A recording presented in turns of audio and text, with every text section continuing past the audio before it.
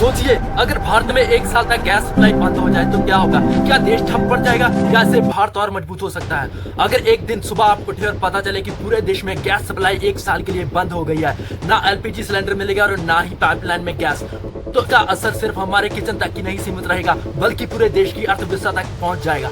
जी हाँ, सबसे पहला असर घरों पर पड़ेगा। भारत में करोड़ों परिवार का खाना बनाने के लिए एलपीजी गैस पर निर्भर है। अगर गैस बंद हो जाए तो लोग मजबूर होकर लकड़ी, कोयला या उपले जलाने लगेंगे। इससे घरों में धुआं बढ़ेगा और सांस से जुड़ी बीमारियां बढ़ सकती हैं। दूसरा असर पड़ेगा रेस्टोरेंट और होटल इंडस्ट्री को।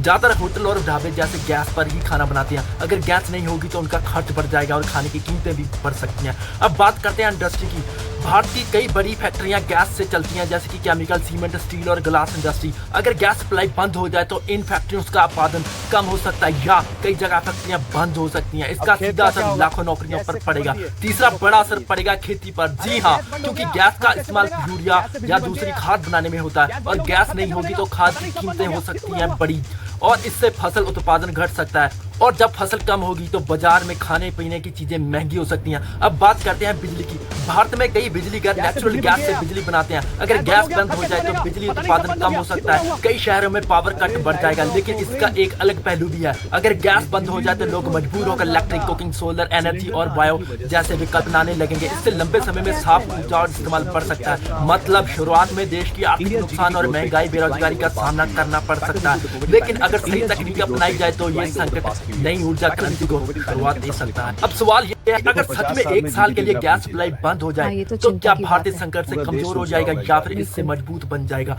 आपकी क्या राय है? कमेंट में अपनी राय जरूर दें। अगर आपको जो जानकारी चली तो चैनल को सब्सक्राइब, फॉलो जरूर करें। धन्यवाद।